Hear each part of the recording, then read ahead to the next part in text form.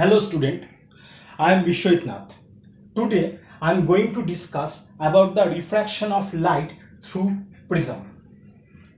Let ABC is a cross section of a prism where angle BAC is equal to angle A or angle of prism. PQ is the incident light ray on the first plane of the prism and QR is the refracted light ray on the plane AB.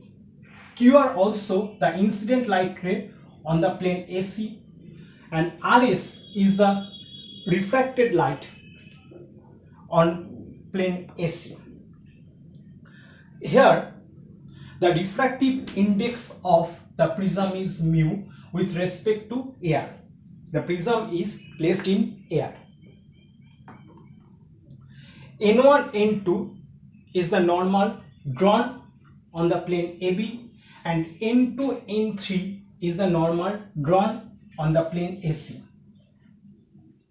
Angle PQN1 is equal to I1 is the angle of incident on the first plane. Angle N2QR is equal to R1 is the angle of refraction on the first plane. N2RQ is equal to R2 is the angle of incident on the second plane, and SRN3 is equal to I2 is the angle of refraction in the second plane.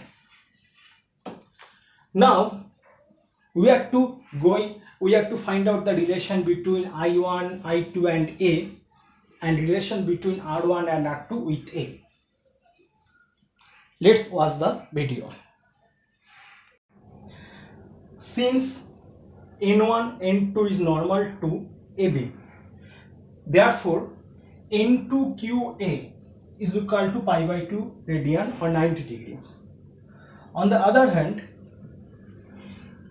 N2, N3 is normal to AC. That's why N2RA is equal to pi by 2 radian or 90 degree. We know that the sum of the four angles of a quadrilateral is 2 pi. That's why the sum of the angle QAR plus angle QN2R is equal to pi. Okay, and we know the sum of the three angles of a triangle is also pi. Therefore angle QN2R plus N2QR plus QRN2 is equal to also pi. Now we can substitute the value of QN2R from equation 1, and we can write pi minus angle BAC plus R1 plus R2 is equal to pi, because angle N2QR is equal to R1 and angle N2RQ is equal to R2. From this relation we can get R1 plus R2 is equal to capital A, where angle capital A is equal to angle BAC. This is the relation between R1, R2 and capital A. Now let angular deviation of light ray is delta is equal to angle RUV. Angular deviation of light ray is equal to RUV, where the extended line of PQ intersects with the extended line of RS at the point U. Then the UVUR is the angular deviation of light ray. And from a triangle UQR, we know that the external angle is equal to the sum of the two opposite internal angles. Therefore delta is equal to sum of these two angles, that is angle UQR plus angle URQ. And you know that N1QP is equal to vertically opposite angle UQN2. That's why I1 is equal to angle R1 plus angle UQR. Therefore, angle UQR is equal to I1 minus R1. Similarly, angle URQ is equal to I2 minus R2. This equal to I1 plus I2 minus within bracket R1 plus R2. We know that R1 plus R2 is equal to capital A. Therefore, delta is equal to R1 plus R2 minus A. This is the relation between angular deviation of light ray with the incident and emergent angles of light ray and the angle of prism.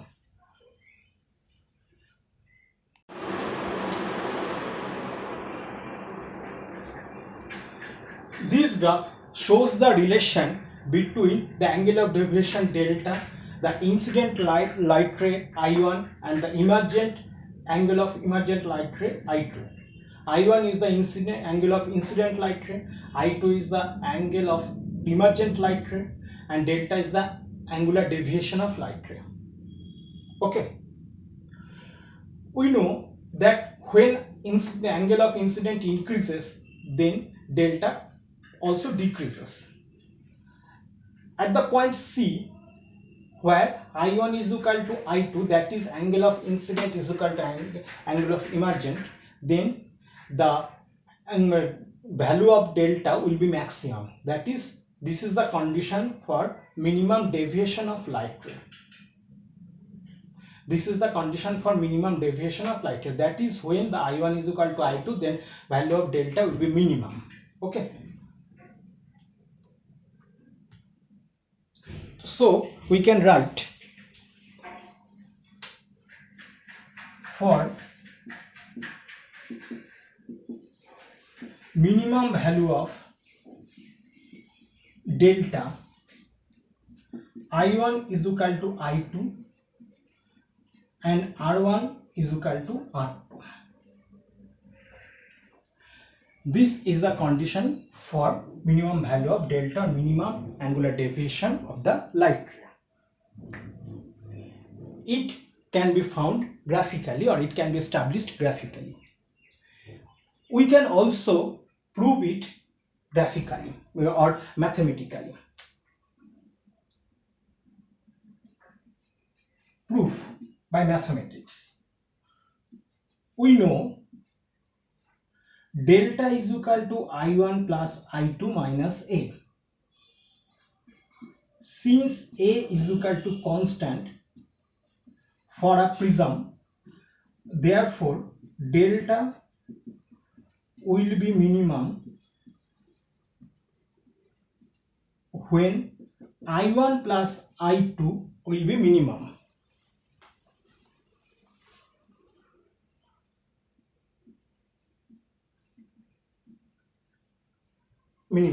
Okay. We know that I1 plus I2 is equal to root over of I1 minus root over of I2 whole square plus 2 into I1 I2. Since root over of I1 minus root over of I2 whole square greater or equal 0, therefore for minimum value of delta, therefore for minimum value of delta, we have I1 minus I1, we have root over of I1 minus root over of I2 whole square is equal to 0. This gives I1 is equal to I2. Therefore, I1 is equal to I2. This is the condition for minimum angular deviation of light ray. Now, I am going to establish the relation between refractive index of the prism mu and the minimum angle of deviation, that is delta m. We know for minimum value of angular deviation delta, we have I1 is equal to I2 is equal to I1 is equal to I2 is equal to I, and R1 is equal to R2 is equal to R. If mu be the refractive index of the prism with respect to surrounding, then we know that from Snell's law of refraction, mu is equal to sin I by sin R. Again we know that delta is equal to I1 plus I2 minus A. Delta is equal to I1 plus I2 minus A. Since I1 is equal to I2, this gives delta M. Here delta M stands for minimum value of delta. I1, I2, I plus I minus A. This gives delta M is equal to 2I minus A. Therefore, delta M is equal to 2I minus A, or I is equal to delta M plus A by 2.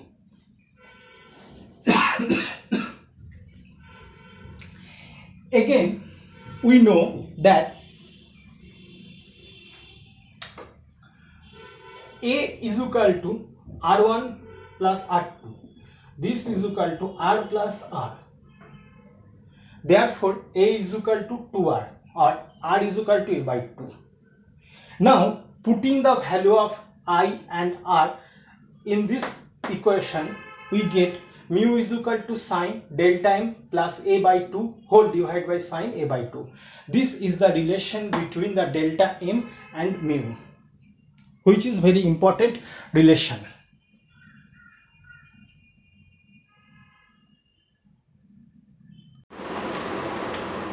For minimum value of angular deviation, the ray QR passes through the prism parallel to its base BC when the side of the prism AB and AC are equal. It can be proved easily. If AB is equal to BC, then the angle of ABC is equal to angle of ACB. Okay, and I1 is equal to I2 and R1 is equal to R2. That's why angle AQR is equal to angle ARQ. AQR is equal to angle ARQ. Therefore, AQ is equal to AR. This gives QR is parallel to BC.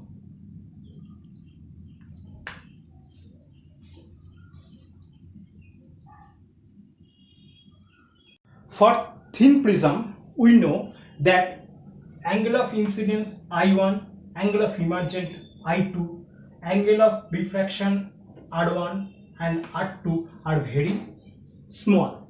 That's why we can write that for prism sin I1 is approximately equal to I2. Similarly, sin R1 is approximately equal to R2. Sin I2 approximately equal to I2 and sin R2 approximately is equal to R2. We know that if mu be the refractive index of the prism with respect to the surrounding, therefore mu is equal to sin I1 by sin R1 is equal to sin I2 by sin R2. This gives mu approximately equal to I1 by R1 approximately is equal to I2 by R2. Therefore, we can write from the above equations I1 is equal to mu into R1 and I2 is equal to mu into R2. Now adding I1 and I2, we can write I1 plus I2 is equal to mu into whole within bracket R1 plus R2, and we know that R1 plus R2 is equal to capital A. Therefore, I1 plus I2 is equal to mu into capital A. Therefore, delta is equal to I1 plus I2 minus A. It is the angular deviation of light ray. This gives delta is equal to mu minus 1 into capital A. This is the value of minimum angular deviation of light ray for thin prism. Now we are going to find out the limiting value of angle of incident ray in prism. That is the limiting value of I1. for which the emergent angle or angle of emergent ray is 90 degree. That is, angle of refraction of light in the second plane is 90 degree. Okay,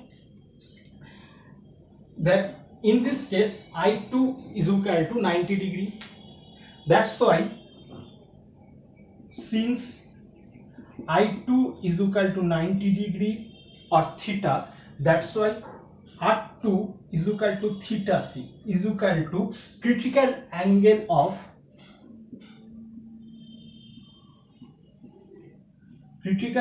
of prism with respect to the surrounding.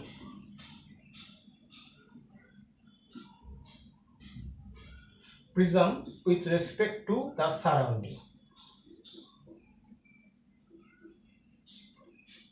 Okay.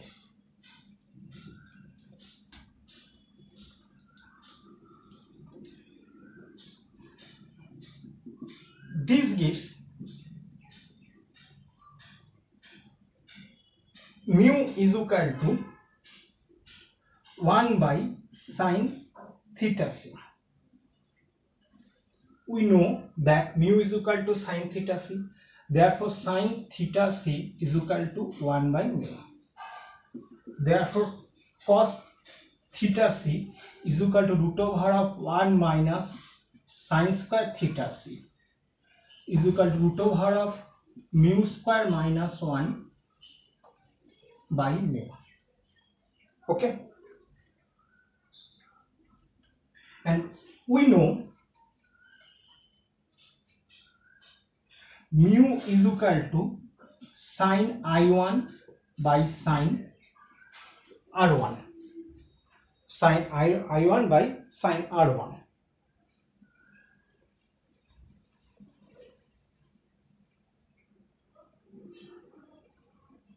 Therefore, mu is equal to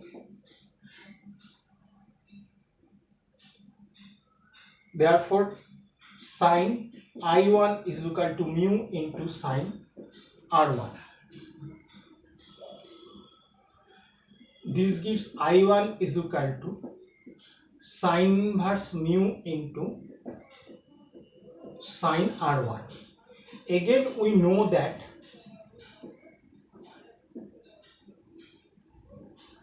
R1 is equal to A minus R2 is equal to A minus theta c in this case. Therefore, I1 is equal to sine inverse mu into sine A minus theta c.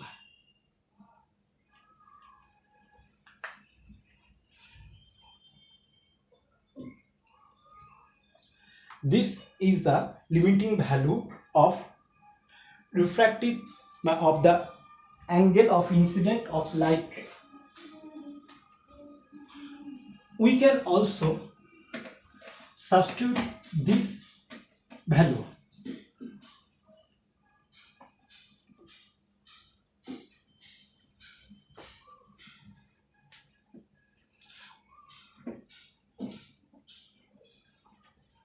We know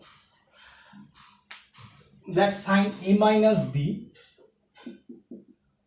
is equal to sine A cos B minus cos A sine B. This is equal to sine A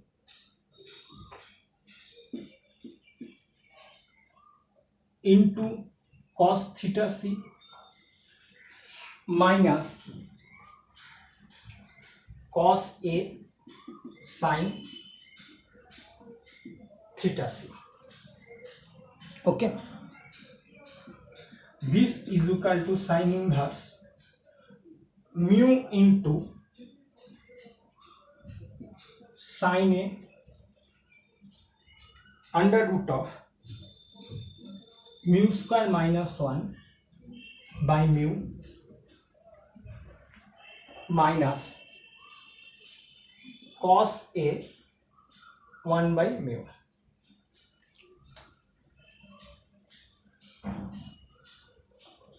This is equal to sine inverse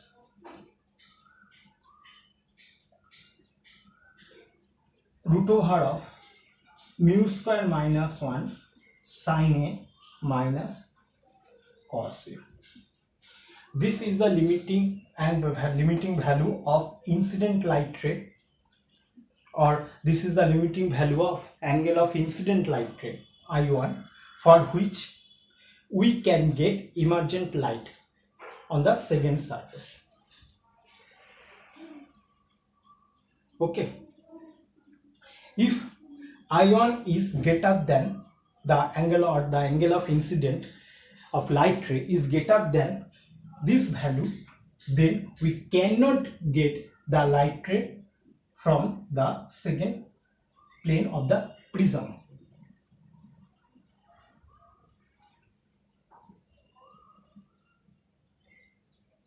Now we are going to find out the limiting value of refractive angle of prism. Limiting value of refractive angle of prism, that is the limiting value of capital A. Okay, in this case I1 is equal to 90 degree and I2 is also 90 degree. For the first surface, that is for the surface AB, we have R1 is the critical angle, that's why sin R1 is equal to 1 by mu, while mu is the refractive index of prism with respect to surrounding. This is equal to R1 is equal to sin inverse 1 by mu. For the second surface AC, we have similarly sin R2 is equal to 1 by mu. This is equal to R2 is equal to sin inverse 1 by mu. We know that A is equal to R1 plus R2. Therefore, limiting value of A is equal to 2 into sin inverse 1 by mu. This is the limiting value of prism. Okay.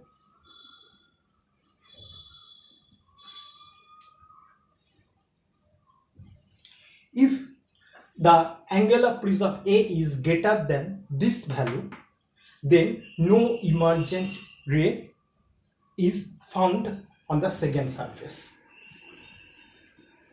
Okay. Now I am discussing about the angular dispersion and dispersive power of a prism. We know that when a red light is passing through a prism, then the red light is dispersed into 7 colors.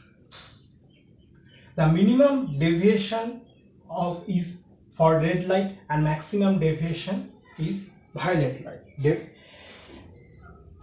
Then with the sequence is V, I, B, G, Y, O, R. At the bottom place violet, then indigo, then blue, then green, then yellow, then orange, at the last red. The maximum angular deviation is occurred for violet light and minimum deviation is occurred for red light, and mean deviation is occurred for yellow light. Let delta R is the angular deviation of red light, then we can write del A is equal to mu minus 1 whole into A, where mu R is the refractive index of red light with respect to surrounding.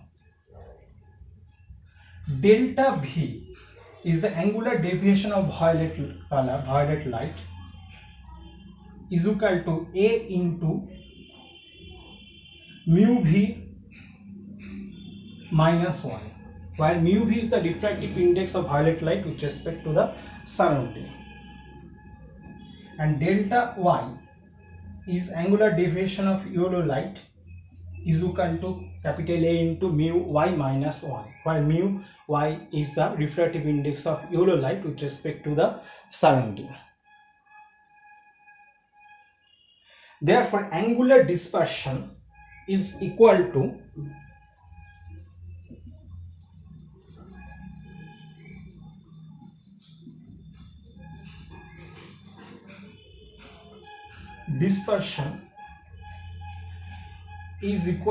delta V minus delta R.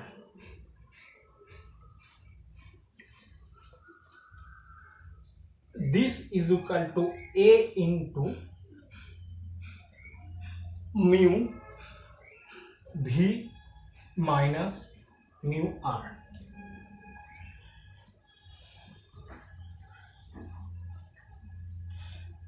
This is known as angular dispersion. And dispersive power of the lens or prism is denoted by omega. Dispersive power of prism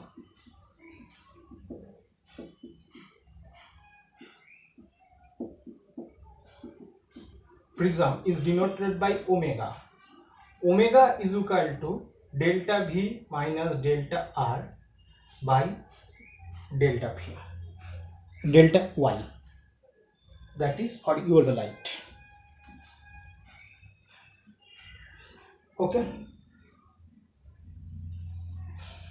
since delta Y is the minimum deviation, that's why we can also write A into mu V minus mu R by mean deviation is A into mu Y minus 1.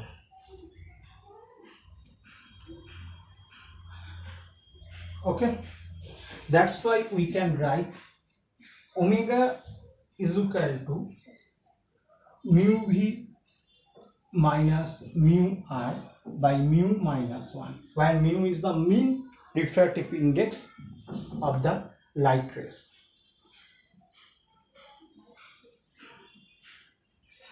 In calculus, it can be written as d mu by mu minus 1.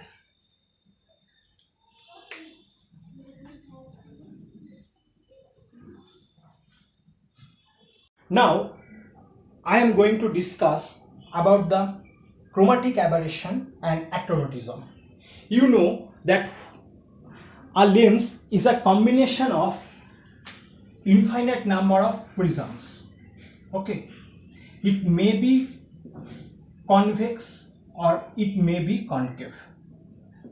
A lens is made by infinite number of prisms. Since a prism has dispersive power, that's why a lens has also a dispersive power. Therefore, when a white light passing through the lens, it can split into 7 colors.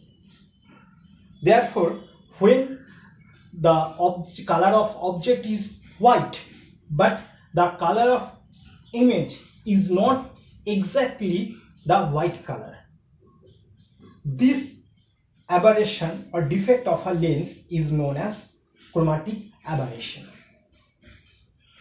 We can nullify the chromatic aberration of a lens or lens system by the following formulas. If f1 is the focus of the focal length of the first prism and f2 is the focal length of the second prism, D is the distance between the two prisms. Omega 1 is the dispersive power of the first lens and omega 2 is the dispersive power of the second lens.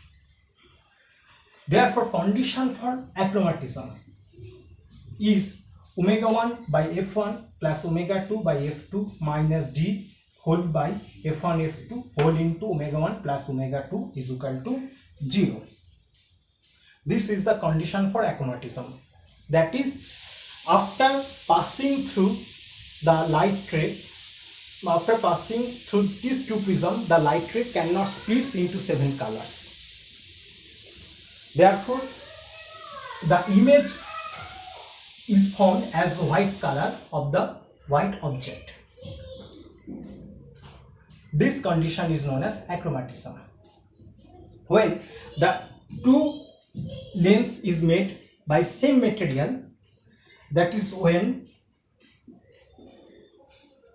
omega 1 is equal to omega 2, then D is equal to half into f1 plus f2. This is the condition for achromatism when the two lenses is made of same material. When the distance between the two lenses is 0, that is when the two lenses are close to each other, then D is equal to 0. This gives omega 1 by f1 plus omega 2 by f2 is equal to 0. Therefore, if one lens is convex and another lens must be concave, f1 is the focal length of the convex lens and f2 is the focal length of the concave lens, and omega 1 is the dispersive power of the convex lens and omega 2 is the dispersive power of the concave lens.